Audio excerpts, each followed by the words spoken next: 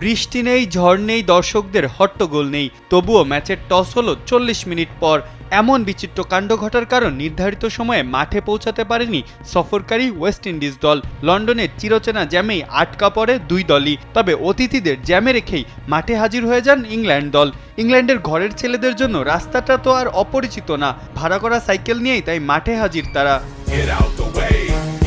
জ্যামে না বসে টেমস নদীর উপরে ঠায় দাঁড়ানো ল্যাম্বার্ট ব্রিজ থেকে মিনিট 10 দূরত্বটা এড়াতেই এমন কাণ্ড ঘটিয়েছেন ইংলিশ ক্রিকেটাররা। তবে তাতে লাভ হয়নি, অতিথিরা তো আর পথ চিনে না, থাকে নিরাপত্তার প্রশ্ন। তাই আগে এসেও মাঠে এসে বসেই থাকতে হয়েছে ইংলিশদের।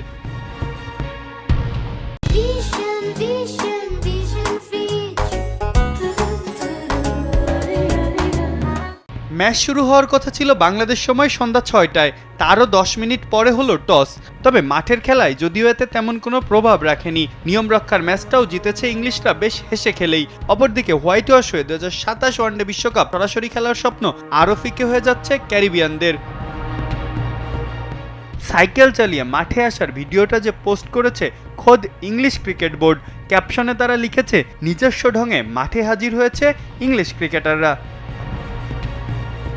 জ্যামের জন্য বিভিন্ন রকম সমস্যায় জর্জরিত হয় বিশ্বের বহু শহরের মানুষ। লন্ডন শহরেও জ্যাম একটি চিরন্তন সমস্যা।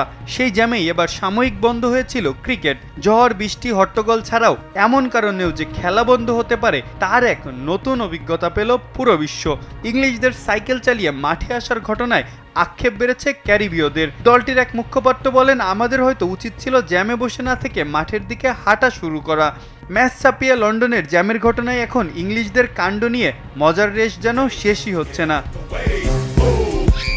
মাহফুজা আহমেদ, কালবেলা।